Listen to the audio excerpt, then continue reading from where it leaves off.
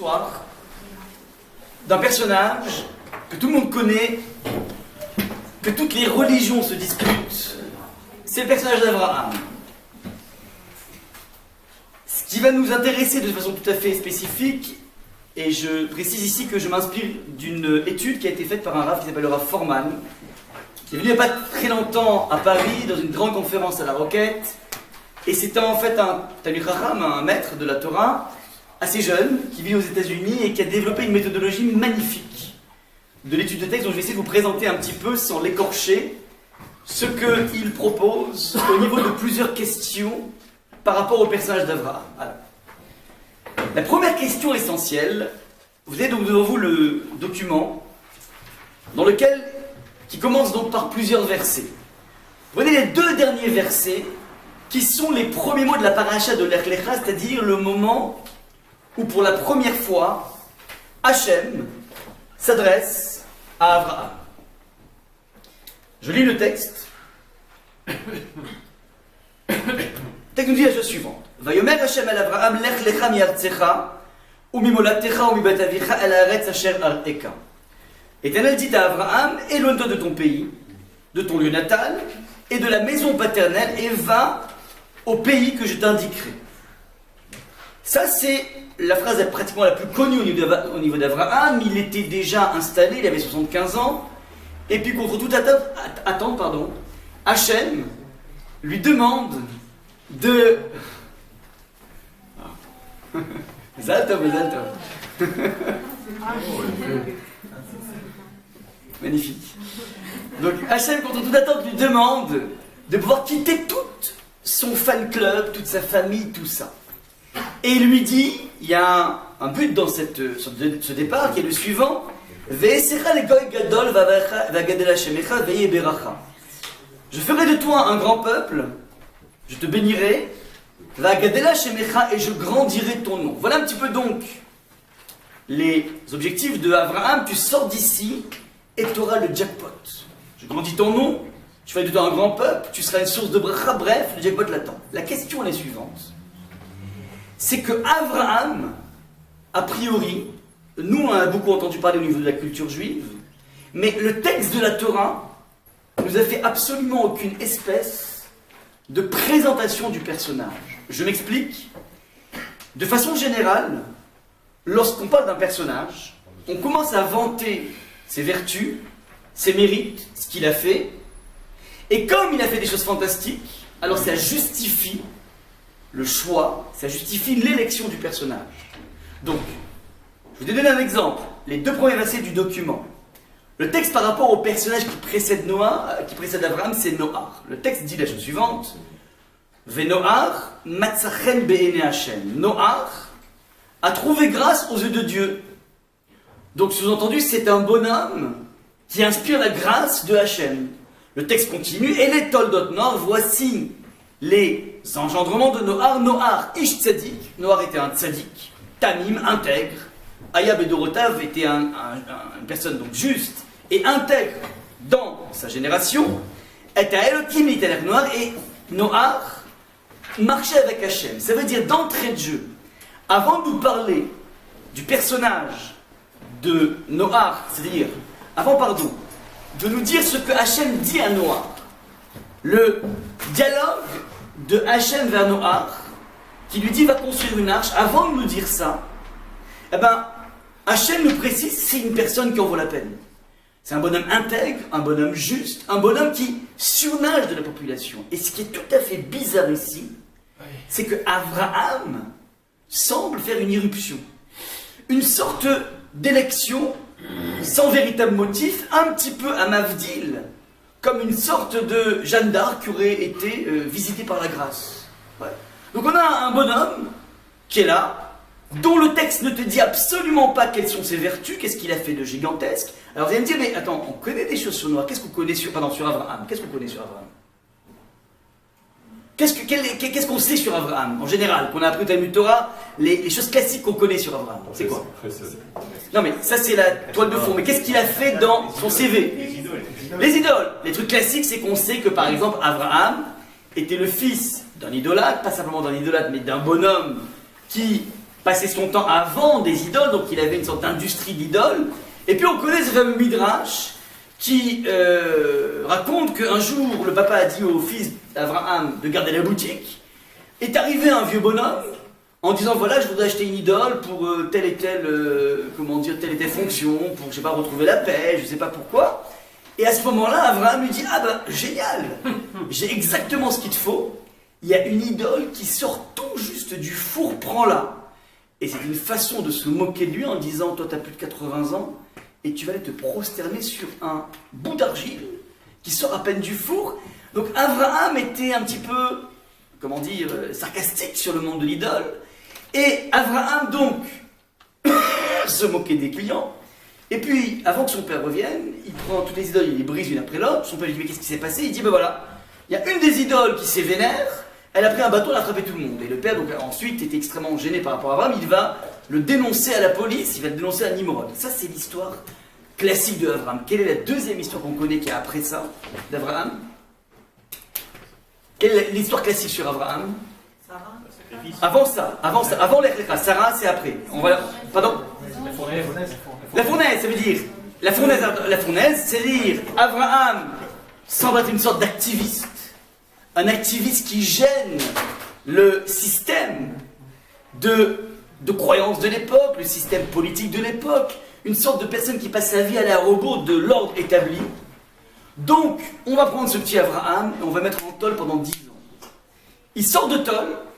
Et Nimrod lui dit, écoute maintenant mon ami, tu es un personnage qui va tellement à rebours qu'il faut que tu décides. Soit tu crois en Dieu jusqu'au bout, soit tu abdiques et tu pars du principe que Hachem a créé le monde, mais qu'il n'interfère pas dans les histoires des hommes.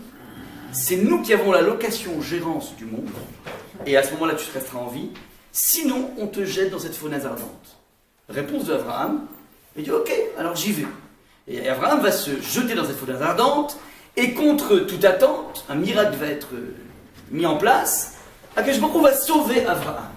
Ça, ce sont les deux histoires classiques qui constituent le CV d'Abraham. Mais ce qui est incroyable, c'est que le texte de la Torah ne dit rien de tout ça. On aurait pu nous faire une petite phrase d'introduction avant de parler de l'élection d'Abraham en disant il y avait un personnage exceptionnel qui a été capable d'aller à rebours de sa famille, à rebours de l'idéologie ambiante, et qui plus est, va décider, comment dire, de se jeter dans une folie ardente. On aurait pu nous dire ces deux mots. Pourtant, le texte ne mentionne rien de cela. Et qu'est-ce que... Alors, petite parenthèse d'ailleurs, lorsque vous visitez un petit peu toutes les écoles qui enseignent le Chumash, pour les personnes qui veulent apprendre, les enfants qui veulent apprendre le Chumash, qui veulent apprendre la Bible, toutes les écoles, lorsqu'on commence à apprendre le Chumash, commencent en général le Chumash, non pas par Bereshit, la première paracha, ni par Noach, mais commence systématiquement par Lech Lecha, va pour toi. Ça veut dire qu'il y a presque, même au niveau de l'éducation, une sorte de, comment dire, de voile qui a été placé sur ce qui se passe avant, et on nous présente les choses comme si Abraham était un élu qui vient faire irruption dans l'histoire et qui va être choisi pour devenir le patriarche. Et c'est d'autant plus délicat, il faut se poser la question, il y a eu d'autres personnages colossaux avant Abraham. Très souvent les gens disent que Abraham est venu amener le monothéisme. C'est une grave erreur, c'est faux. Parce que Adam était monothéiste, Chava était monothéiste, Caïn était monothéiste, avec toutes les 10 générations qui ont précédé Abraham, avant Abraham, les 10 générations depuis la création du monde, sont toutes, plus ou moins, des générations monothéistes. Tout le monde sait qu'Hachem a créé le monde, point c'est tout. Qui plus est, en termes de tzadikim, en termes de géants de l'humanité, il y a une pléthore de très grands personnages qui ont vécu dans les 10 générations qui ont précédé Abraham. Il n'y a pas que Noah, dont on a dit ici qu'il était un tzaddik, un juste, un homme intègre.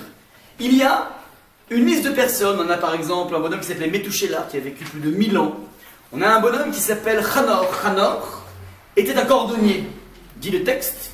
Et Hanor avait cette capacité exceptionnelle dans son métier qui touche à la plus grande des trivialités, c'est-à-dire s'occuper des souliers des individus. Il avait une faculté dans ce summum de la matière, c'est-à-dire les souliers, c'est la chose qui foule la terre, donc la chose la plus matérielle qui existe. Il avait cette faculté de pouvoir en permanence réunir, mais il était capable de pouvoir réunir le monde d'en haut et le monde d'en bas. Il était capable de trouver de la spiritualité dans un amas de terre. Ça, c'est la grandeur de Hanor. On a donc aussi Noach, on a plusieurs personnes comme Malki-Tzedek. Par exemple, Malki-Tzedek, c'est un Meler Shalem, dit le texte, qui va être à l'époque d'Abraham. Et lorsqu'on dit Malki-Tzedek, ça veut dire c'est un roi qui est juste, mais c'est pas un Meler Tzedek. Malki, en hébreu, ça veut dire mon roi. Sous-entendu, Hachem appelle un personnage mon roi. C'est-à-dire le roi par excellence. On avait une personne avec une stature colossale qui aurait pu a priori remplir le rôle de patriarche de l'humanité, et pourtant, c'est Abraham dont on ne dit rien de ses qualités, qui va finalement damer le plomb à tout le monde. Il y a un autre personnage aussi dont on pouvait parler, c'est Shem. Shem, le fils de Noach, est un individu qui a monté une yeshiva, dans lequel ont étudié successivement Abraham, Yitzhak et Yaakov. C'était le plus grand maître de la Torah de tous ces temps. Et Yaakov est allé étudier dans la yeshiva de Shem et de Ever, qui étaient les petits-fils. Ça veut dire, c'est des personnes qui passaient leur vie dans le service divin, dans l'étude de la Torah et dans la propagation de la Torah. Et la grande question à comprendre ici, puisqu'il y a des personnages d'une telle stature, comment se fait-il que le focus de la Torah va se placer sur Abraham, en tout cas Hachem va choisir Abraham, plus que tout autre personnage? Ça, c'est la question essentielle de fond, d'autant plus que la Torah, comme je l'ai dit depuis l'introduction, semble tout simplement ne rien nous dire sur Abraham. Toute l'histoire d'Abraham semblerait commencer par cet ordre, l'Ech Lecha, qui est une véritable épreuve quand tu as 75 ans, quand tu as déjà construit un embryon de famille, tu as un fan club autour de toi, tu as toute ta famille qui est autour de toi. C'est un peu compliqué de d'un coup s'arracher à ce confort et aller donc, si vous voulez, dans une nouvelle aventure. Là, comment dire, ce loge ici, les questions essentielles. Donc je répète, premièrement, pourquoi Abraham semble faire irruption? Deuxième, sans aucune vertu, sans aucune qualité. Deuxième point essentiel, comment se fait-il que, comment dire, qu'on ne nous a absolument pas mentionné toutes les qualités, toutes les épreuves que Abraham a passées, qui passent tout simplement à l'as au niveau du texte? Est-ce qu'on est clair sur les questions d'entrée de jeu? On va, pour être, comment dire, fidèle au texte, essayer de voir les quelques mots d'introduction qui introduisent le personnage d'Abraham. Le personnage d'Abraham, avant que la Torah nous parle de cet ordre de l'Ech Lecha va pour toi, nous a donné 6 versets d'introduction qui sont à la fin de la parashat Noach. Donc en fait, lorsqu'on embraye la parashat de l'Ech Lecha, on oublie un tout petit historique. Le petit historique est le suivant. Et vous allez voir qu'a priori, il est d'une banalité incroyable, qui nous laissera encore une fois nous poser la question, pourquoi Abraham n'a pas été présenté avec un meilleur CV? On va lire donc le texte. Vous voyez donc sous les yeux, après les 2 premiers versets qui parlaient de Noach, je vous ai permis de faire un comparatif entre la présentation de Noach à qui on va enjoindre de construire une arche parce que Noach est quelqu'un de bien, et l'Ech Lecha de Abraham, dans lequel il n'a pas été introduit. Alors l'introduction d'Abraham, c'est quoi? Ce sont ces derniers versets de la parashat Noach. Le texte nous dit la chose suivante. Terach Olid et Abraham. Voici donc les engendrements de Terach, qui est le papa d'Abraham. Donc Terach Olid et Abraham. Terach a engendré Abraham. Et Nachor vet Haran. Donc le papa a eu 3 fils. Abraham, Nachor et Haran. Le texte continue. Ve'Haran Olid et Lot. Et Haran, qui est un des 3 frères, a eu un enfant qui s'appelle Lot. Jusque-là on est clair ou pas? Je continue. Vayamot Haran alpédé Terach Aviv. Haran est mort alpédé Terach Aviv du vivant de son papa. Donc Haran est mort alors que son père était encore vivant. Be'eretz Molato, dans son pays natal. Be'ur Kasdim, à Ur Kasdim, donc littéralement, à Ur Kasdim c'est en Chaldée, c'est un lieu géographique. Le texte continue, verset numéro 29. Vaikar Avraham venachor lahem nashim. Avraham et Nachor, qui sont les 2 enfants qui restent à Terah. Donc Terah avait 3 enfants, il y en a un qui est mort. Pince-mi et Pince-moi sont sur un bateau, si Pince-mi tombe, il ne reste plus. Voilà. Donc on a ici plus que 2 enfants. Les 2 enfants en question, Avram et Nahor, se sont pris des femmes. Shameshet Avram, la femme d'Avraham, c'est Sarai, elle s'appelle Sarai pour l'instant. Elle va opérer un changement de nom, une métamorphose dans son nom, elle s'appellera Sarah ensuite. Au même titre qu'Avram s'appelle Avram, là maintenant il s'appellera plus tard Avraham, je passe sur ces détails. Veshem Eshet Nahor Milka. Donc je répète, Avram se marie avec Sarai, et Nahor se marie avec Milka, qui est elle-même la fille de Haran, qui est lui-même le père de Milka, et qui est le père de Iska. Je continue. Vatei. Alors, je marque ici une pause, petite pause. On a pour l'instant une présentation d'une généalogie très classique. 3, comment dire, un père avec une fratrie avec 3 enfants. Un enfant qui meurt. Maintenant, petite parenthèse, quand vous regardez le verset numéro 27, vous voyez qu'on nous présente une fratrie avec une petite fratrie.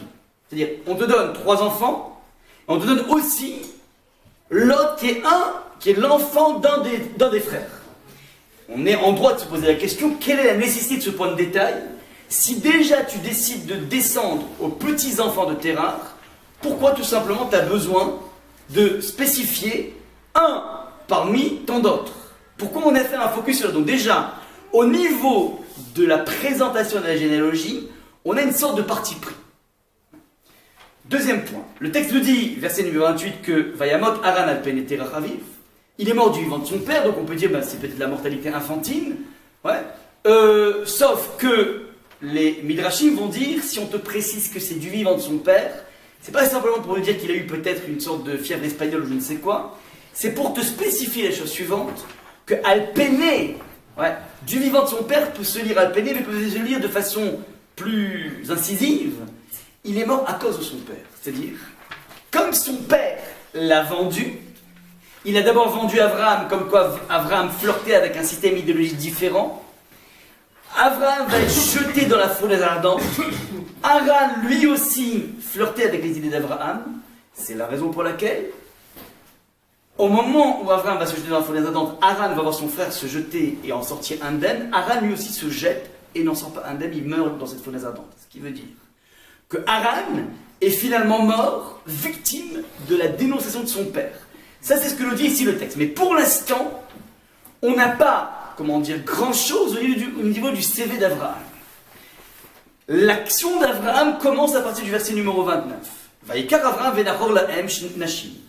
Les deux se marient avec des femmes. Et lorsqu'on lit ce verset, on peut comprendre pourquoi dans tous les centres d'études et dans tous les Talmuds de Torah et dans tous les enseignements, lorsqu'on commence à parler d'Abraham, on commence par les Vayikra. Quand tu lis ce verset, on a presque l'impression qu'il y a un bug. Je m'explique. Je reprends le verset. Il aurait été bien d'avoir un paperboard, vous allez tout comprendre. Abraham et Nahor se sont mariés. Jusque-là, ça va. La femme d'Abraham, c'est Sarah. Jusque-là, c'est bon, c'est clair. Pas compliqué. La femme de Nahor, c'est Milka. Ok, donc on a Abraham, se marie avec Sarai, et Nahor se marie avec Milka. C'est bon jusque-là ou pas? Maintenant, le texte, et c'est à ce moment-là, il y a comme un bug. On te dit que Milka, c'est la fille de Haran. Donc ça veut dire que l'enfant qui est mort dans la fournaise avait une fille qui s'appelait Milka, qui est devenue la femme de Nahor. Ça veut dire que Nahor, qui était le frère de Haran, s'est marié avec sa nièce. Vous me suivez ou on refait les calculs? Maintenant, donc Haran, qui est le mort, il s'est donc marié avec sa nièce Milka. Redondance. Mais attention, ça continue en disant Ve'avi Iska, Haran, c'est aussi le père de Iska. Maintenant, on est en droit de se poser la question. Alors, les champions du Sudoku n'ont aucun problème avec ce verset. Ouais, c'est facile. Mais quand on n'est pas champion du Sudoku ou de mathématiques, alors on se dit il y a un bug ici. On nous parle ici de 2 garçons, 2 hommes, qui se marient avec 2 femmes, dont l'une s'appelle Milka, l'autre s'appelle Sarai, et on nous précise que le papa de Milka, c'est Haran, jusque-là on le savait, qui est en même temps le papa de Iska. Question pour un champion, mais qui est Iska?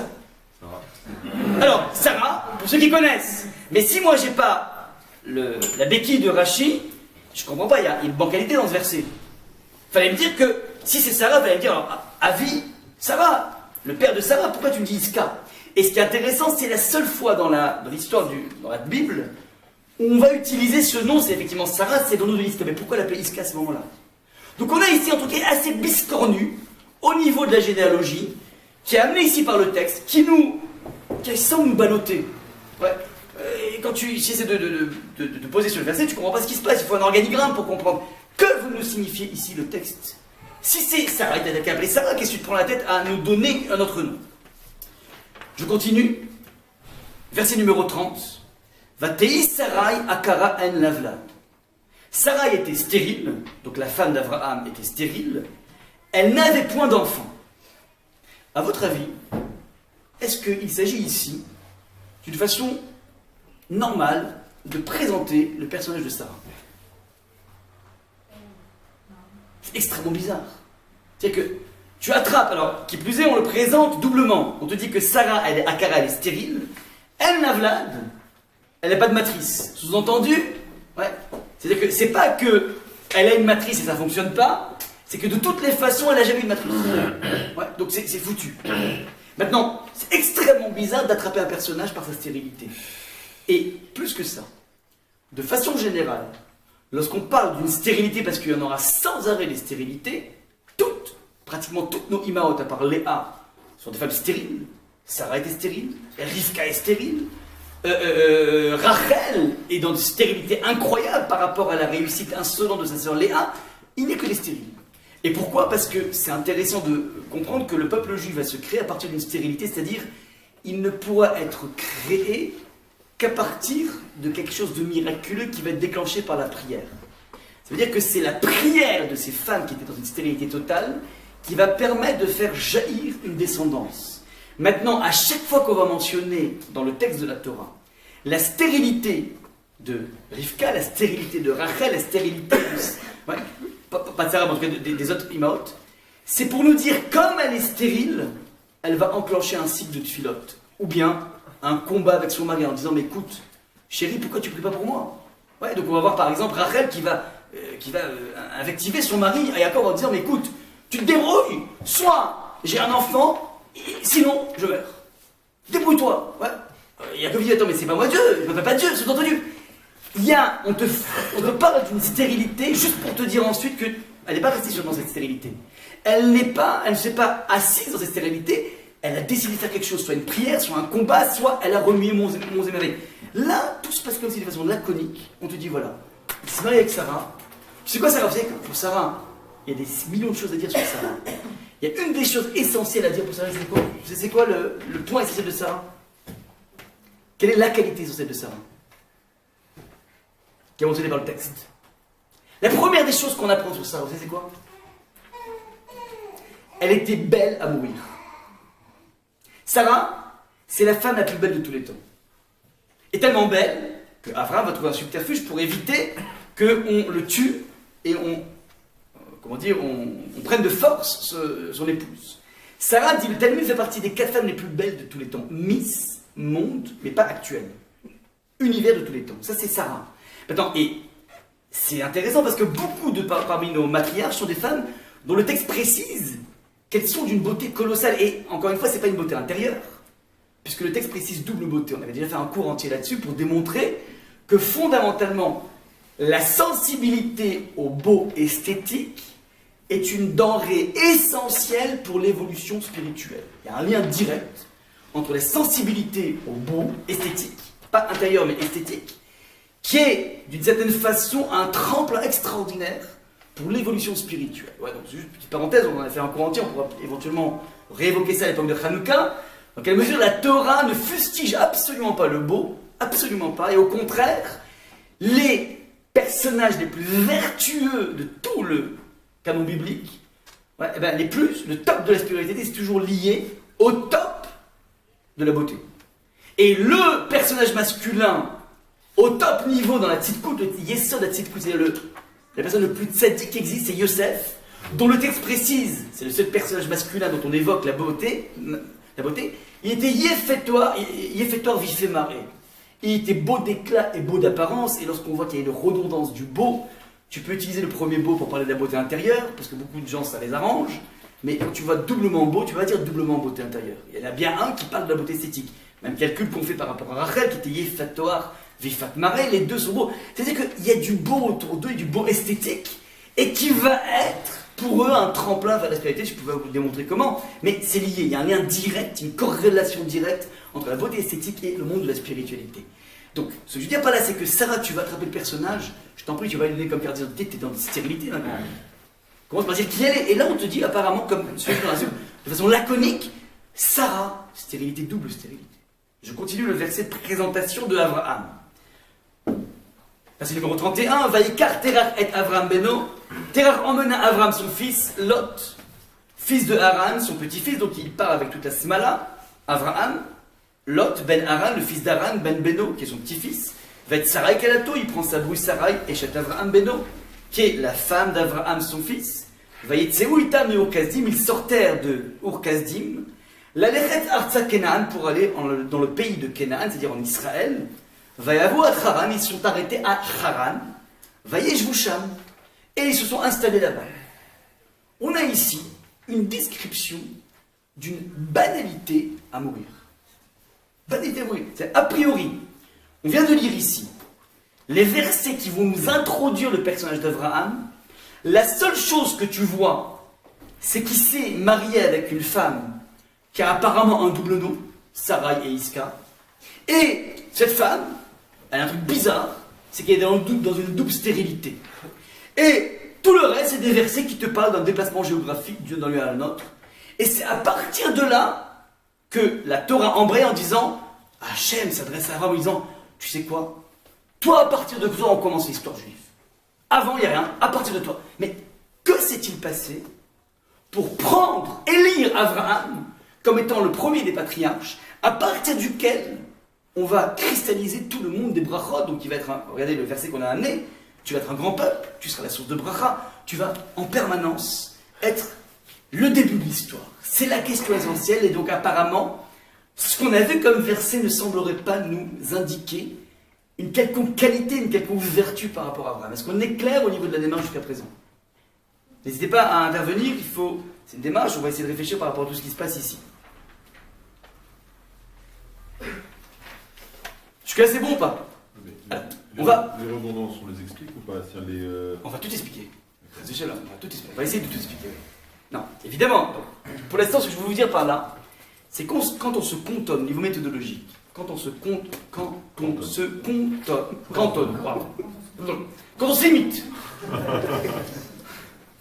quand on se limite à lire un texte, même quand c'est même pas une traduction, c'est même en hébreu, et on traduit les mots, et qu'on n'a pas une lecture pertinente, et une lecture aussi avec un outil qui s'appelle l'intertextualité, c'est-à-dire la faculté de repérer des expressions qui se retrouvent dans d'autres contextes et qui vont jouer le rôle de miroir, ce qu'on va faire ici, là, maintenant, alors on passe tout simplement à côté de toute la saveur de la Torah. En deux mots, la Torah, la Bible, sans la grille de lecture qui s'appelle l'étude, est quelque chose de totalement insipide. On est en droit de se poser la question, mais qu'est-ce qu'il y a de spécial à Abraham? Et là, c'est très intéressant. Dans beaucoup de religions, et d'ailleurs la plupart de tous les débuts de religion commencent par des révélations. Regardez Jésus, regardez Mahomet, c'est systématiquement un bonhomme qui se dit avoir été visité par Dieu et qui lui enjoint d'écrire une nouvelle branche dans l'arbre sémite. Ça c'est pour Jésus. Pour Mohamed c'est pire. Dans une crise d'épilepsie, il entend que Allah lui dit d'écrire une nouvelle branche, de construire une nouvelle branche. Ça veut dire que systématiquement, il s'agit d'un individu qui d'un coup jaillit et qui dit voilà, ben voilà, j'ai été visité par la grâce et donc on va écrire une nouvelle histoire. Et il semblerait que Abraham ne fait pas exception par rapport à ça. Lui aussi, il semblerait une sorte d'élu comme ça, certaines, âmes qui ont été dispersées à travers les temps. Et puis donc, il y a eu 10 générations, il a fallu qu'on attende un Abraham, et Abraham, c'est le bon. Tout se passe comme si Abraham n'a rien mérité. On va essayer de démontrer maintenant, en relisant le texte, les 6 versets qu'on a vus de présentation d'Abraham, qu'il y a quelque chose qui est marqué en filigrane, qui est absolument essentiel, qui est en train de se tramer, et qui va nous faire comprendre à quel point Abraham est en train d'opérer une révolution dans le monde, et qui fait qu'aujourd'hui, Abraham, est un personnage dont on doit s'inspirer, parce que c'est lui notre patriarche, et parce qu'il a fait quelque chose de tout à fait grandiose. Alors, on va revenir le texte avec une lecture beaucoup plus pertinente. Première des choses. Le texte commence par le verset numéro 27.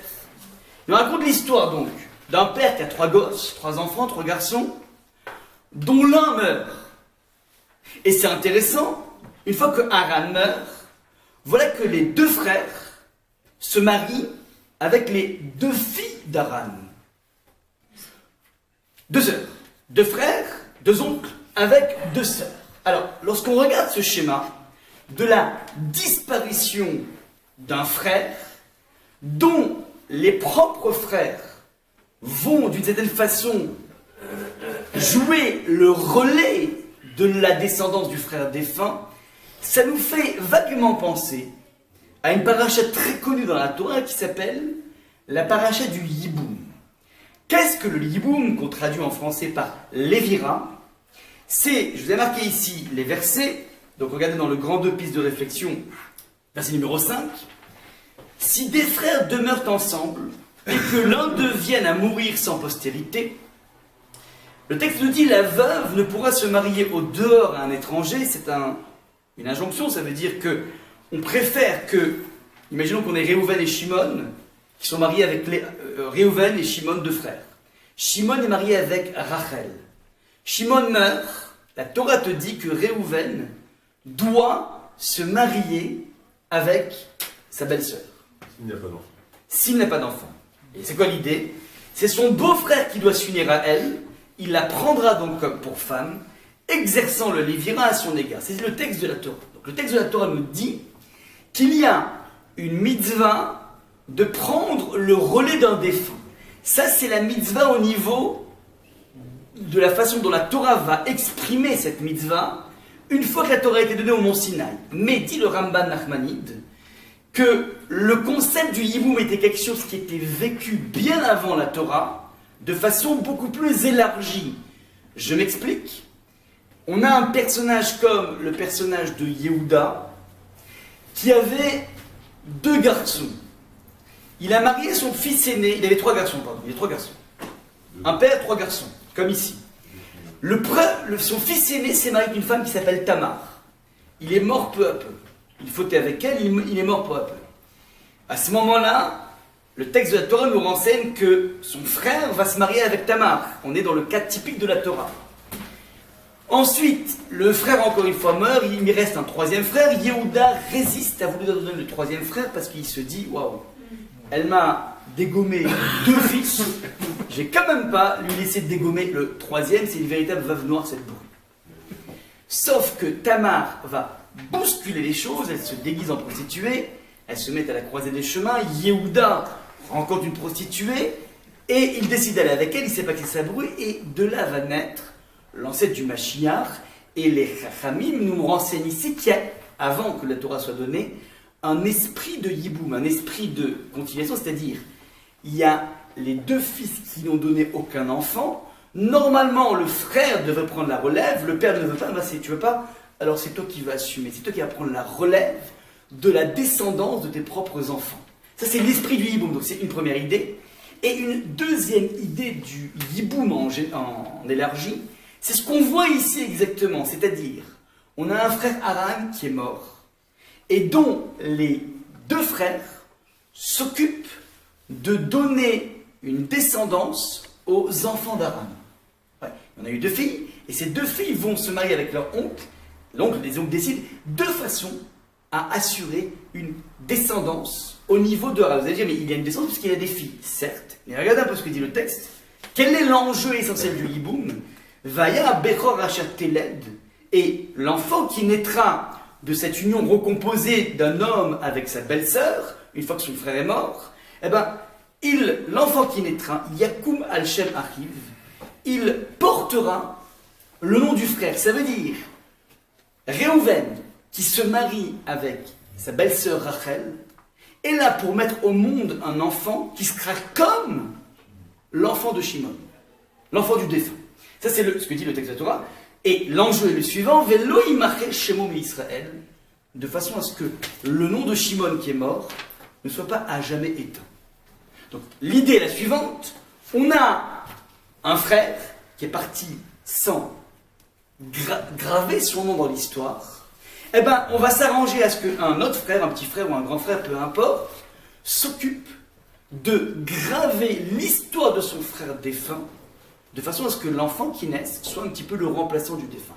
Voilà tout l'esprit du Hiboum, mais c'est une mitzvah donc, qui va être respectée ultérieurement à la Torah, mais qui était respectée à l'époque, comment dire, déjà dans un esprit de Hiboum, ça veut dire l'esprit général, ça veut dire quand il y a un mort, eh ben, on s'arrange pour qu'un parent proche de ce mort se marie, comment dire, avec une parente proche, ou bien la femme en question. Ça, c'est l'esprit général du Hiboum. Et là, ce qui est intéressant, c'est qu'on se retrouve avec un esprit de Hiboum dans l'attitude de Avraham et Nahor qui se marient avec leurs deux nièces. Sauf que, faites très attention, je reprends l'épisode du mariage qui se trouve dans le verset numéro 29. Le texte nous dit la chose suivante. Vaïkar Avraham ve Nahor lahem nashim. Avraham et Nahor se marièrent. Qui peut me faire une remarque d'importance au niveau de la syntaxe qui est utilisée, au niveau surtout du verbe qui est utilisé en hébreu, pardon. Elisheva? Se marier. Et alors, se marier à quoi? Non, alors là, tu es en français. Moi, je regarde l'hébreu, et je veux comprendre ici qu'il y a une anomalie qui est connue. Très bien, merci. Il dit que normalement, puisque ce sont deux hommes qui sont mariés, qui ont fait l'acte de mariage, donc on aurait dû avoir un pluriel. Vaïkar aurait dû être écrit Vaïkrou. On est d'accord ou pas?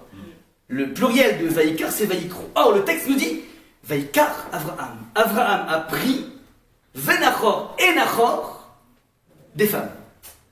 Pourquoi une faute de frappe, a priori, dans le texte de la Torah? Qui peut nous donner un élément de réponse?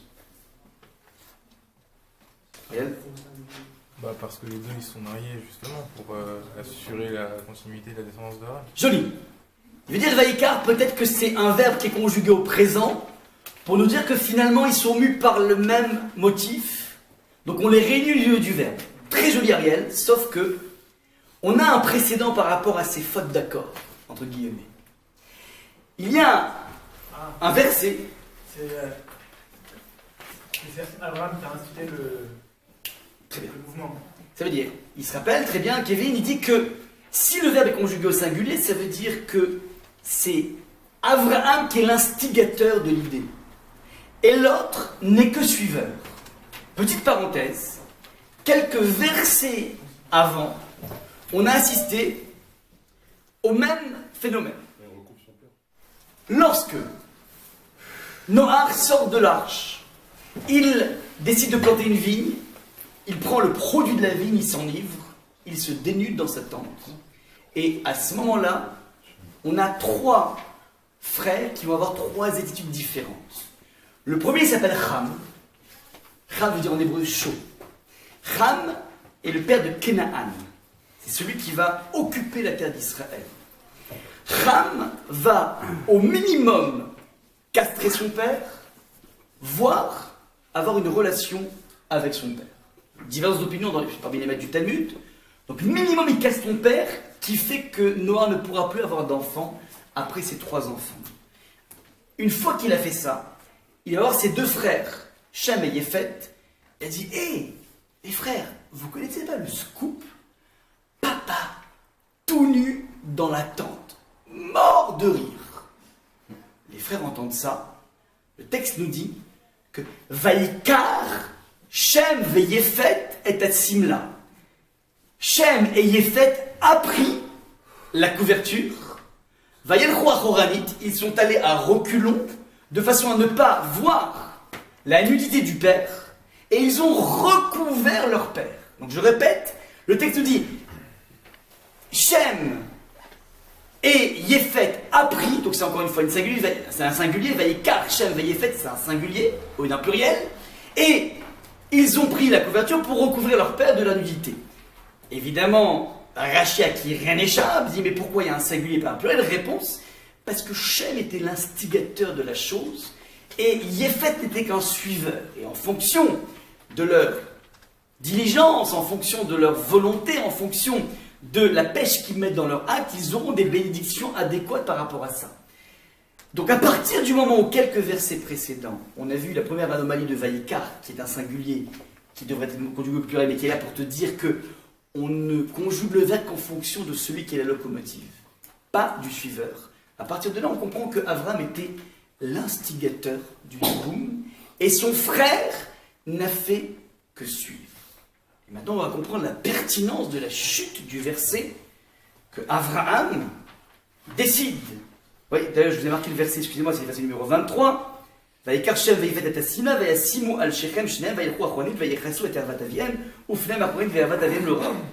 Maintenant, une fois qu'on a compris que Abraham va être l'instigateur d'une volonté de donner un nom à son frère qui a été cramé dans la fournaise ardente, en se mariant avec Sarai, alors on va comprendre deux choses. Premièrement, c'est quoi cette double appellation du personnage de Sarai qui est à la fois Sarai et Iska? Et deuxième chose, on va comprendre pourquoi il y a un débouché du verset 29 à le verset 30, que Sarai était stérile et elle n'avait pas de matrice. Ce deuxième élément, pourquoi il a une pertinence incroyable? Quelle est la pertinence incroyable de ce deuxième élément de dire que Sarai est une femme stérile et pas une femme immensément. Parce qu'en fait, si elle n'est pas stérile, il ne peut pas avoir des enfants pour son frère. Ouais.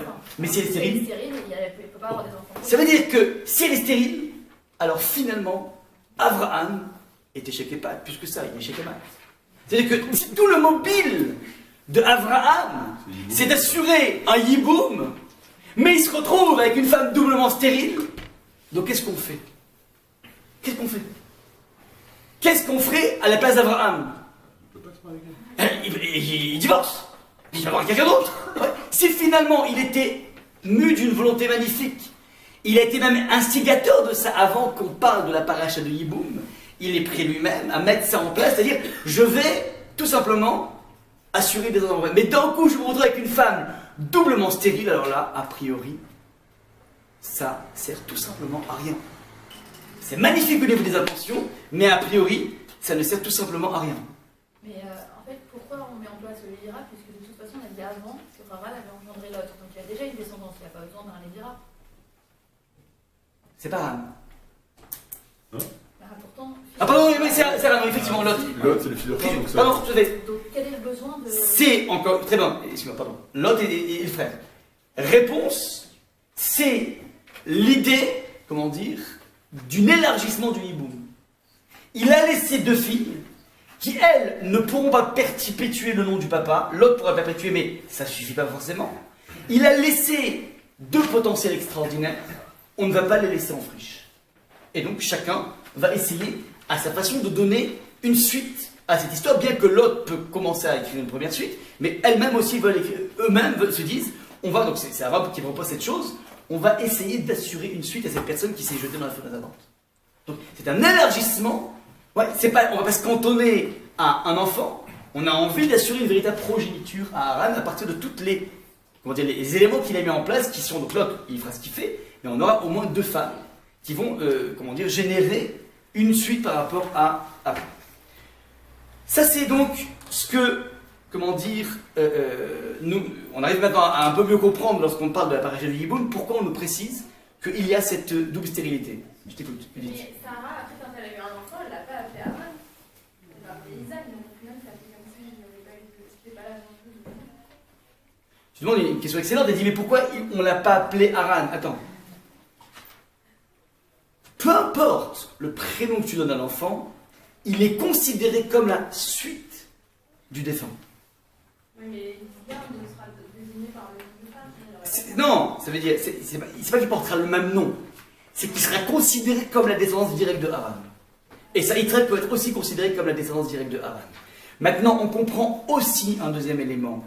Pourquoi elle s'appelle Sarai et Iska? Deux prénoms. Pourquoi? Pour un double statut? Double sécu, c'est quoi l'idée? Réponse. Sarai fait remarquer Rashi, veut dire Shrara, veut dire la princesse. Sarah, c'est une princesse. Ma princesse. Et Iska, vous savez quoi, c'est que vous dire Iska? C'est aussi une idée de Nessira, c'est une principauté. Nessira, c'est la princesse. On dit, par exemple, il y a un poisson qui s'appelle Nessirat Anelus, la perche du Nil. Ouais, Nessirat Anelus. C'est la princesse. Ça veut dire, elle est doublement princesse. Mais, et sa sœur, vous savez comment elle s'appelle, sa sœur? On a vu Milka. Ça veut dire quoi Milka? C'est la racine de Milka? Reine. Meller, c'est pas Meller, c'est une reine. Donc, on a une sœur qui s'appelle la reine, et l'autre qui s'appelle la princesse. On dirait qu'on joue aux petites princesses. Mais non, mais c'est quoi? Qu'est-ce qu'on dit ici? Quelle est la différence entre une reine et une princesse? Il y en a une qui règne. La reine peut avoir des enfants. La princesse n'est pas encore en âge de. Sarai est doublement stérile, et on va te le signifier par deux identités, parce que tout simplement, eh ben, elle est une sorte de voie sans issue dans ce plan magnifique qui a été élaboré par Abraham. Maintenant, qu'est-ce qu'on attend, comme disait notre ami Franck? Il dit, bah écoute, tu étais, comment dire, plein de bonnes intentions, tu te retrouves devant une voie sans issue, qu'est-ce que tu fais? Tu divorces. Verset numéro 31 qu'on a appelé d'une platitude incroyable. Le texte nous dit, Vayikar Terach et Avraham Beno. Il prend son fils, Avraham, Vet Lot ben Haran, et le fils de Haran, Ben Beno, le petit-fils, Vet Sarah Kalato, et sa bru, et chez Avraham Beno, la femme de Avraham Beno, Vayetsu itam Mirkazdim, il sort de Mirkazdim, la lechet Artsa Kenan pour aller à Kenan, Vayavou ad Haran, et il débarque jusqu'à Haran, Vayesh Boucha, et il s'installa là-bas. Il dit, mais ok, mais c'est une platitude terrible, c'est une petite saga, ouais, qui va se déplacer de Haran, pardon, de Ur-Kasdim, vers Canaan. À Haran, qu'est-ce qu'il y a de spécifique? Alors, vous savez quoi? Il y a, j'ai stabilobossé en bleu, Vayesh Boucham. Vayesh Boucham, ouais, indique qu'ils sont installés, mais c'est une platitude, c'est normal qu'ils s'installent où tu vas, tu t'installes. Ce qui est intéressant, c'est que ce mot qui a l'air tellement trivial ne se retrouve qu'à 2 reprises dans tout le Tanakh. La première occurrence, c'est pas celle-là, c'est une précédente, quelques versets avant. Vous vous rappelez, on avait parlé de ça la semaine dernière. Le texte nous dit un petit tour vers la tour de Babel, regardez, je suis dans le grand 2 petit 2. Le texte nous dit que Vaïi Benosam Mikedem, et ce fut au moment où, en émigrant de l'Orient, Vaïmtseu Bika Be'eret Shinar, les hommes avaient trouvé une vallée dans le pays de Sinar, Vayesh Boucham. Regardez un petit peu en bleu, cette même expression. Donc je répète, on a eu avant Abraham une population qui vont être les architectes de la tour de Babel, dont on a parlé la semaine dernière, et ces personnes ont trouvé une contrée dans laquelle ils se sont installés. On est clair jusque-là? Maintenant, s'il y a les mêmes mots qui sont répétés ici, ils se sont installés, et que c'est la seule fois qu'ils sont répétés, ça veut dire qu'on veut nous créer une regard en miroir des deux histoires. Regardez ce qui se passe. Verset numéro 4 dans l'histoire de la tour de Babel, Vayemru Aban Yivne Laloïr. On sait que Akadosh Baruch Hu va venir bloquer leur processus d'édification d'une tour. On en a parlé en long, en large, en travers la dernière fois. Et on s'était posé la question, mais je ne comprends pas, ils sont dans une vision, c'est une fratrie, c'est pas une fratrie, ce sont des personnes qui s'aiment, qui se respectent, qui ont un projet commun, ça joue de façon magnifique avec les peuples du déluge. Akadosh Baruch Hu décide de s'ingérer. Et pourquoi il s'ingère? On l'avait vu dans le verset numéro 4, il y avait quelque chose qui gênait Hachem, c'est quoi? Regardez ce qu'ils disent dans leur projet. On va se construire une ville, au Migdal, et une tour au Verosho Bashamaim, et sa tête de la tour sera dans les cieux. Vena Selanushem. Et on va se faire un nom. On va pouvoir avoir une pérennité. Un nom, c'est un renom. C'est pouvoir inscrire quelque chose dans l'éternité. Le monde passe, les années avancent. L'angoisse peut amener un individu à se sentir que finalement il n'est pas éternel. On vit tous dans la vie avec ce leurre qu'on pourrait être éternel. Mais au bout d'un moment où on se rend compte que finalement les choses sont fugaces, les choses ne sont pas pérennes, les choses ont tendance à changer, et donc on essaie de s'accrocher à quelque chose d'éternel. Certains vont, pour s'accrocher à l'éternité, vont construire des parcs financiers colossaux. Fortune colossale qui sera là quand je ne serai plus là. Bill Gates a créé des fondations qui seront là quand ils ne seront pas là. D'autres vont construire une pyramide au Louvre, par exemple, qui pourront dire, voilà, bah, Mitterrand est mort, mais il est encore vivant par sa pyramide. Et d'autres vont créer des parcs immobiliers colossaux. Certains décident donc de construire une tour, et c'est cette pyramide en question, qui va donner une éternité essentielle par rapport à l'individu. On va se faire un nom. Maintenant, ça c'est la motivation ultime de la tour de Babel, de personnes qui sont tournées vers une lecture narcissique de la vie. Je veux à tout prix que mon nom puisse jaillir et que mon nom soit éternel. Ça, c'est exactement ce qui se trame au niveau de ce qui va motiver, si vous voulez, Hachem à briser le projet. Parce que si finalement le projet est essentiellement un projet qui est basé sur quelque chose de totalement narcissique, c'est un projet qui doit tôt ou tard avorter. Ça, c'est la raison qui explique l'intervention d'Akadosh Baruch Hu. Maintenant, regardez le parallèle. Ce sont des personnes qui se sont installées là-bas pour se faire un nom. Et on vient de dire, ce sont des personnes qui ont tout misé sur la recherche d'une pérennité de eux-mêmes. Ça, c'est ce qui se passe dans l'épisode de la Tour de Babel. Ce que fait le verset en nous disant que Abraham est allé s'installer, ils s'installèrent dans la ville de Haran, alors qu'on aurait pu attendre, comme disait Franck, que Abraham dise, ben voilà, je voulais assurer une pérennité à mon frère, et dire que j'assure une pérennité en fait, ça veut dire que je décide que mon nom sera effacé. Abraham rentre dans le mariage avec Sarai dans une perspective qui s'appelle l'enfant qui naîtra ne sera pas le mien, mais sera finalement la progéniture de Haran. Abraham est en train de démontrer dans son acte qu'il est capable de ne pas être soucieux de sa propre brillance, soucieux de son propre nom, soucieux de sa pérennité. Ça, c'est la première chose qu'il marque maintenant. Tu te retrouves avec Sarai qui n'a pas qui est dans une stérilité totale. Sarai ne peut pas avoir un enfant. Qu'est-ce que tu fais? Tu divorces? Réponse non. Voyez, je vous chame. On est venu s'installer, ça veut dire c'est pas grave. Je vais pas, parce qu'elle ne peut pas, je peux pas arriver à ce projet, je vais pas pour autant quitter Sarah. Il y a une double acte de chesed de la part d'Abraham qui est quelque chose de tout à fait incroyable. C'est que non seulement il est capable, lorsqu'on a un enfant, eh ben, il n'y a rien de plus naturel de sentir que c'est mon enfant. Être capable de rentrer dans un yiboum, c'est dire mon enfant ne sera pas le mien. Ça, c'est l'acte génial que fait Abraham. Qui plus est, il a eu le premier à avoir l'idée. Et troisième chose, c'est pas tout d'avoir des idées, de donner à l'autre. Lorsque tu vois que ça ne marche pas, être capable de pouvoir rester avec l'autre, ça c'est le génie d'Abraham. Sous-entendu, la Torah est en train de te préciser ici, avec une lecture beaucoup plus pertinente du verset, que ce qui fait qu'on a choisi Abraham, c'est que Abraham est un individu dont on est sûr qu'il ne se construira pas une tour pour avoir un nom, puisqu'il est capable de mettre entre parenthèses totalement son propre héritage, tout simplement pour donner de la vie à son frère. Ça veut dire qu'on a une garantie avec le personnage d'Abraham dans un monde qui a été disloqué. Le monde était consensuel à l'époque de la tour de Babel. Le monde est disloqué, les personnes ne parlent plus la même langue, et donc Akadosh Baruch Hu est à la recherche d'un interlocuteur qui pourrait être le vecteur de la parole divine. Qui on va chercher comme étant l'interlocuteur ultime?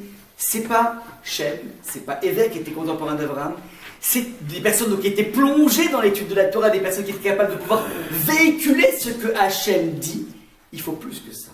Il faut un individu qui est capable, dans sa vie, de renoncer totalement à écrire sa propre histoire. Ça, c'est la particularité d'Abraham, c'est la raison pour laquelle on a, de façon marquée en filigrane dans ces 6 versets, exactement ce qu'il fallait savoir pour justifier ce qu'on croit être une irruption de Abraham, mais qui n'est en fait absolument pas une irruption, c'est une loi de cause à effet. Étant donné qu'Abraham a été instigateur d'un yiboum, étant donné que malgré la double stérilité de Sarah, il est capable, coûte que coûte, de pouvoir pérenniser cette recherche de chesed.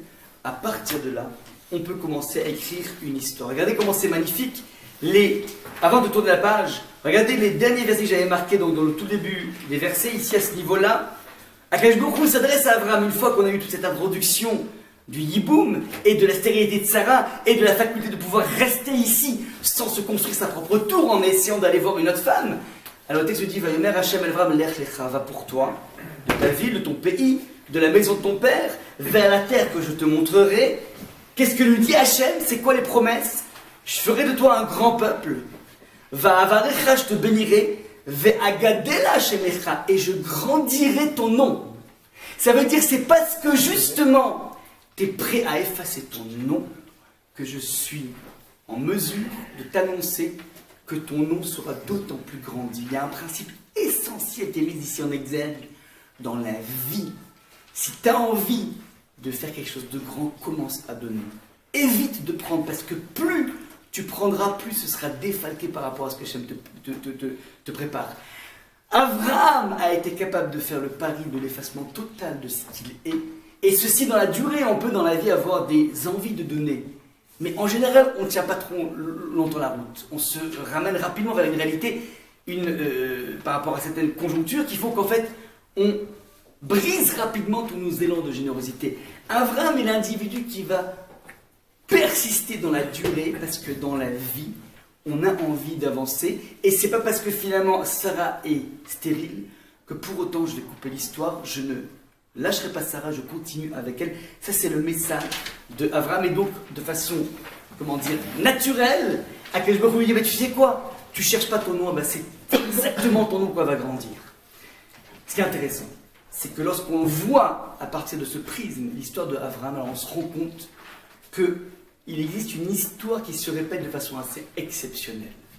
On va faire un parallèle ici, regardez un petit peu, comment dire, les deux histoires, l'histoire de Abraham et Nahor, qui sont les deux frères, qui vont essayer d'assurer une descendance à Haran, et l'histoire de Shem et de Yépheth, qui eux-mêmes vont avoir quelque chose qui ressemble à cela, je répète. Donc, je vous ai laissé un tableau dans lequel on va comparer les deux histoires. Dans Abraham et Nahor, l'histoire commence par une liste des fils de Terah. Comme on a vu tout à l'heure, il avait 3 fils. Dans Shem et Yépheth, l'histoire commence par une liste des fils de Noach, Shem, Cham et Yépheth. Deuxième élément de comparaison, un père a 3 enfants, Abraham, Nahor et Haran. Un père a 3 enfants, Shem, Cham et Yépheth, comme par hasard. Je continue.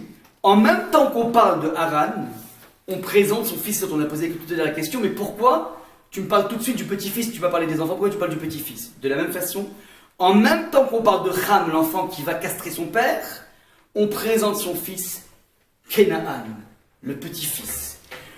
Haran meurt, alpéné à la face de son père. Donc on se rappelle qu'il est mort parce qu'il a vécu une délation de son père.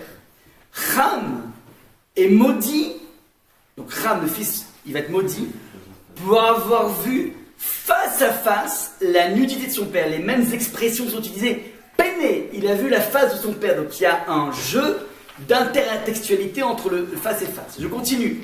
C'est le père Terah qui est responsable de la tragédie. On est d'accord que Terah a vendu son frère, son fils.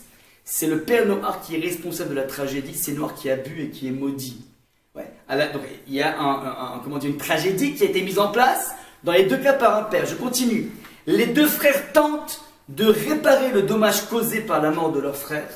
Donc Haran va essayer d'être rédimé par Abraham et Nahor. Les deux autres frères tentent de réparer le dommage causé par la faute de leur frère. Même scénario, c'est-à-dire que quoi? Qu'une fois que Noach va être souillé par Cham, les deux frères vont essayer de redonner l'honneur à leur père en le recouvrant. Le même verbe au singulier Vayikar est utilisé pour décrire l'action conjointe des deux frères. Le même verbe au singulier est utilisé pour décrire l'action conjointe des deux frères. Vayikar, c'est ce fameux parallèle qu'on a mis en place grâce à Rachi qui nous fait de comprendre qu'un des deux frères était l'instigateur. La famille se dirige à l'issue de ça vers Kenan, comme on a vu dans les pérégrinations de Terah. Chez Shem et Yépheth, le petit-fils Kenan est maudit pour toujours. Encore un point avec Kenaan. Et enfin, l'histoire se termine par la fin des jours de terre, l'histoire se termine par la fin des jours de Noé. Je ne vais pas marquer dans le verset, mais le verset qui suit ensuite, c'est il vécut et il vécut tant et tant d'années. On a ici un parallèle assez frappant entre deux histoires avec un père et trois frères, sauf que il y a un élément de différence essentiel entre ces deux histoires. C'est que dans l'histoire de Shem et Yépheth, ils ont œuvré pour redonner l'honneur à leur père, mais ils n'ont pas sauvé l'enfant de Ham, Canaan. Canaan sera maudit à jamais.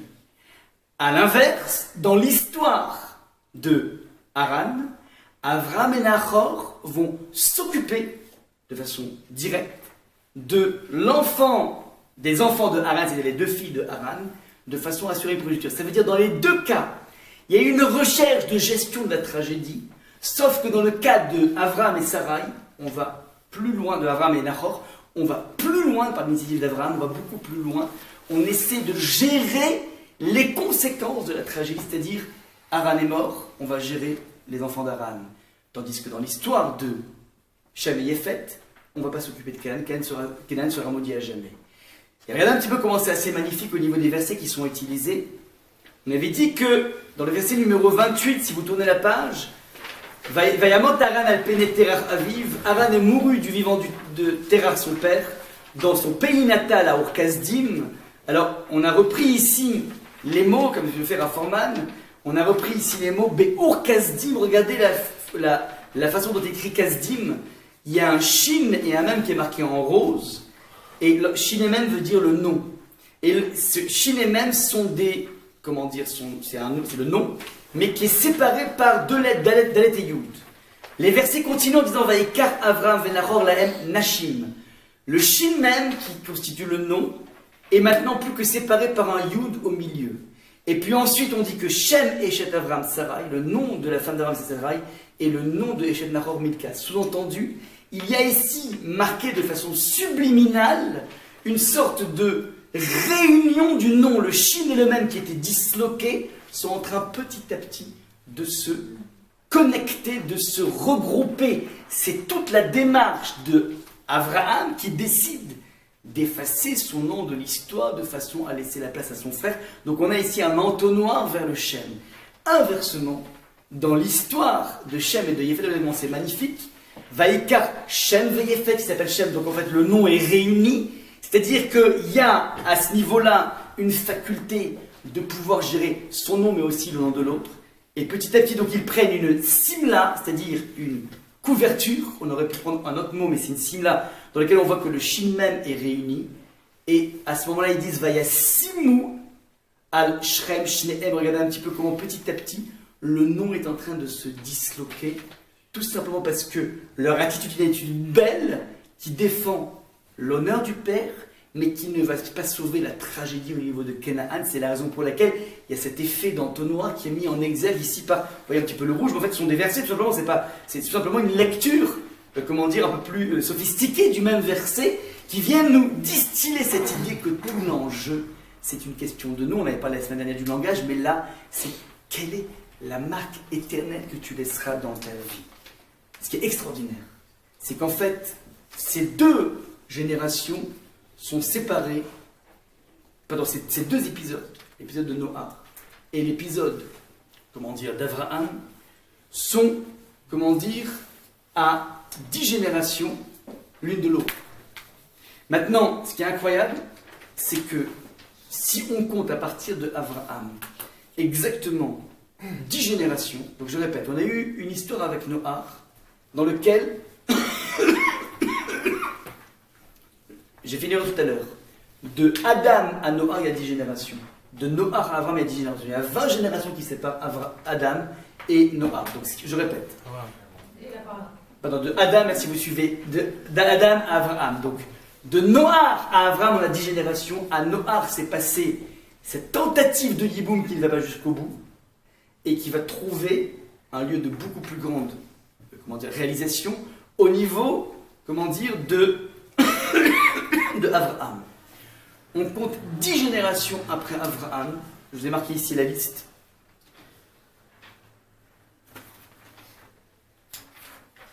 excusez-moi, si on remonte encore, excusez-moi, 10 générations avant Noah, on est à Adam. On est à Adam. Adam dit le texte que Caïn a tué Abel, donc il y a un frère qui est mort. Qu'est-ce qu'aurait dû faire Caïn qui a tué Abel? Il aurait dû assurer la descendance du frère qui s'appelle Abel. Caïn va fuir. Qui va s'occuper d'assurer une descendance à Abel? Il s'appelle Chet, mais il n'est ni de où Chet. Le texte nous dit que c'est Adam. Regardez ce que dit le texte. Vayeda Adam od et ishto. Il va reprocréer. Va Teled Ben, il va enfanter un garçon. Va Tikrat Shemo Chet, il l'appelle Chet. Et pourquoi il s'appelle Chet? Parce qu'en hébreu, qui Chatli Elohim Zera Achar Tachat Avel. Car Akadosh Baruch Hu m'a donné une nouvelle enfant à la place de Avel. Ça veut dire que le papa est en train tout simplement, Adam, donc c'est le premier acte de Yiboum, si vous voulez, au niveau du sens large, d'un père qui voit que son fils Caïn n'assume pas la responsabilité du départ de Evel, en essayant d'assurer un effaçage de son nom. Alors le papa va lui s'occuper, sauf que l'esprit du Yiboum qui est amené par Adam est un esprit beaucoup plus évident. C'est normal qu'un père soit intéressé à assurer la descendance de son propre enfant. Donc que Adam s'occupe d'aller revoir son épouse pour que Evel soit remplacée, c'est la chose la plus naturelle possible. Ce qui va être un chidouche absolument exceptionnel, quelque chose de tout à fait nouveau, c'est que jusqu'à présent le Yiboum était dans une dimension horizontale, à partir de verticale, excusez-moi, de père à fils. À partir d'Avraham, elle devient horizontale. Un frère s'occupe de son frère au péril de son effacement. Un père qui fait ça, il ne s'efface pas, au contraire, il se prolonge. Un frère qui fait ça, il est dans une abnégation totale et il persiste dans cette abnégation. Regardez comment c'est magnifique. Adam, début du Yiboum vertical. Shem et Yefet, Noach, tentative de Yiboum horizontal. Non, aucune tentative de Yiboum horizontal, c'est-à-dire on s'occupe juste de l'honneur de papa, de la tragédie. C'est-à-dire on s'occupe de gérer les causes de la tragédie, mais pas les conséquences de la tragédie. Avraham va mettre en place un Yiboum dans lequel c'est à la fois un Yiboum horizontal et qui plus est, donc on va gérer de façon la plus magnifique les causes de la tragédie. On compte maintenant, encore 10 générations après Avraham. Je vais marquer ici la liste. Avraham a donné Yitzhak. Yitzhak a donné Yaakov, tout le monde sait. Yaakov a donné Yehuda, entre autres. Yehuda a donné Peretz dans son union avec Tamar. Peretz a donné Chetzron. Chetzron a donné Ram. Ram a donné Aminadav. Aminadav a donné Narshon. Narshon a donné Salma. Et Salma a donné Boaz. Boaz, c'est le livre de Ruth. On avait fait un cours entier l'année dernière. Dans lequel, de quoi parle l'histoire de Boaz? C'est l'histoire intégrale d'un bonhomme qui va faire justement un Yiboum avec Ruth, qui elle est une femme qui vient de nulle part, une femme qui ne devrait pas a priori pénétrer les frontières du peuple juif parce qu'elle vient du pays le plus horrible qui existe, les pays de Moab, le pays le plus, le plus pauvre qui existe, et pourtant une union va naître sous le cadre du Yiboum, et c'est à partir de Boaz qu'on apprend toutes les lois du Yiboum, enfin en tout cas c'est toute la source essentielle du Yiboum. Ça c'est ce qui se passe au niveau de Boaz, ça veut dire 10 générations après, on va arriver à un summum qui a été mis en place par Avraham et qui va arriver à son apogée. C'est la raison pour laquelle l'enfant de Boaz avec Ruth, c'est l'ancêtre du Mashiach, parce que c'est quelque chose de tout à fait nouveau qui a été mis en place par Avraham. Voilà un petit peu toute la généalogie de Avraham qui va nous expliquer essentiellement pourquoi Avraham a été choisi. Ce n'est pas un individu qui a été visité par la grâce. Tous les commentateurs font la remarque suivante, c'est important. Avraham avait 75 ans, Hachem lui dit Lech Lecha. Et le Midrash explique que Avraham avait des questions dans sa vie. Il raconte dans un songe qu'il voyait, une citadelle qui était en feu. Et il se dit, mais mince, il y a le feu ici, il faut appeler le propriétaire de la citadelle. À ce moment-là, dit le Midrash, Akadosh Baruch Hu intervient et lui dit, c'est moi le Baal Habira, c'est moi le propriétaire de la citadelle. Et c'est à ce moment-là, dit le Midrash, que Hachem lui dit Velech Lecha. Cette image en question de la citadelle en feu est expliquée de la façon suivante. Nous, on croit, et on croyait toujours qu'Avraham a été touché par la grâce, on vient de démontrer que non. Il a prouvé qu'il était l'homme du chesed, c'est-à-dire l'homme qui sera capable de pouvoir laisser de façon radicale la place à l'autre, quitte à effacer son nom. Ça, c'est le message, c'est l'action essentielle d'Avraham. Et il se marie avec Sarah, il est prêt à rester avec elle malgré sa stérilité incroyable. Ça, c'est la grandeur d'Abraham. Et Abraham avait donc déjà une démarche absolument colossale. Il croyait déjà en Kadosh Baruch Hu, il n'a pas été touché par la grâce. Mais ce qui est incroyable, c'est que ce qui va motiver l'intervention d'Hachem, c'est que Abraham voit une citadelle en feu. C'est quoi l'idée de la citadelle en feu? L'idée de la citadelle en feu, c'est-à-dire qu'il y a un monde qui est organisé, une citadelle, c'est quelque chose de très organisé. Mais finalement, il y a un feu parce que finalement, j'ai l'impression que les hommes ne savent pas gérer les sources d'opulence que Hachem met dans le monde. Il y a une sorte de bizarrerie dans l'organisation du monde, c'est que finalement, le monde est rongé par, comment dire, la cupidité, le monde est rongé par des hommes qui viennent briser toutes les sources qu'Hachem amène dans le monde. Ça, c'est le constat, c'est un constat philosophique que fait Abraham. Il a un problème philosophique. Il n'a pas une crise de mysticisme. Il est en train de se dire, mais c'est pas possible, si Akash Baruch Hu crée quelque chose de parfait, pourquoi je vis dans une société d'imperfection? Réponse d'Abraham, la Khéravatan. Il faut que tu sortes de cette société. Et il faut que tu crées une nouvelle société, et c'est la raison pour laquelle il va sortir de là. Dès l'époque, je vais vous dire, et le suivant, c'est un point qui est amené par Rav Wolbe, c'est plus Rav Forman maintenant.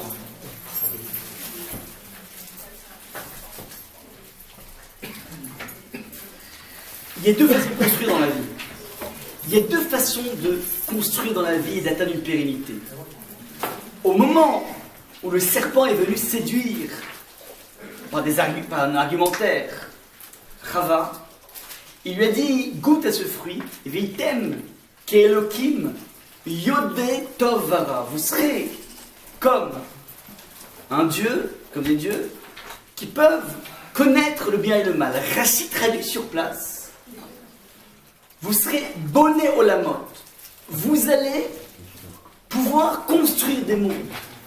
C'est un petit peu ce sentiment d'accéder à une éternité, de construire des mondes qui seront là quand tu ne seras pas là. Non, le serpent a essayé d'utiliser dans le monde de la construction, il a essayé d'utiliser la puissance de l'imagination.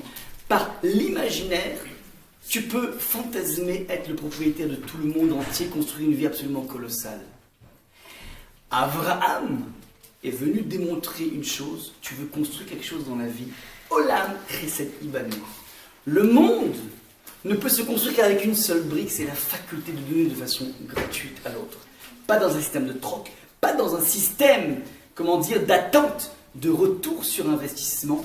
Abraham est capable de donner, sachant qu'il aura la stérilité comme retour d'investissement. Ça, c'est le point essentiel qui est le point de départ de toute l'histoire juive. Très souvent, les gens parlent d'Abraham en l'associant au concept de Emouna. Et Rav Wolbe fait remarquer que les seules choses qu'on te décrit sur Abraham, c'est qu'il est allé, dans la paracha cette semaine, et courir vers un veau, vers 3 veaux même, pour donner des langues de veau à chacun de ses invités. Ça veut dire qu'Abraham, certes, il a compris certaines choses en Hachem, mais ce que te décrit la Torah, c'est la façon dont il digère sa relation à Dieu. Comment ça se cristallise ton lien avec Hachem? Ma faculté à être obsédé, à aider l'autre, coûte que coûte. Ça, c'est le début, c'est le patriarche ultime. C'est Abraham qui est en train de pouvoir écrire notre histoire. Un juif sera d'autant plus abrahamique et donc juif qu'il aura dans sa vie cette recherche permanente de donner, et lorsque je parle de donner, c'est jamais une dimension financière, parce que c'est très souvent l'argent, c'est la chose la plus facile. L'argent, c'est très souvent la chose la moins chère à dépenser. Ce que je parle de donner, c'est être capable de véritablement livrer quelque chose de soi. Ça, c'est le message essentiel d'Abraham, ça a été toute la trame de sa vie, c'est la raison pour laquelle la Torah ne parlera que de ça. Les expériences de sacrifice au niveau idéologique, de se jeter dans du feu d'abondance, n'intéressent pas la Torah. Il y a beaucoup de gens qui ont été capables de s'immoler au nom d'une idéologie. C'est pas ça la grandeur d'Abraham. La grandeur d'Abraham, c'est vivre une quotidienneté dans un don qui se heurte à un zéro retour sur investissement. Celui qui a la chance de pouvoir essayer de suivre un petit peu dans la vie Abraham, il découvre petit à petit un monde tout à fait incroyable. Regarde un petit peu le lien. Tu cherches pas ton nom pour de bon. Alors tu sais quoi? Je vais grandir ton nom de façon gigantesque.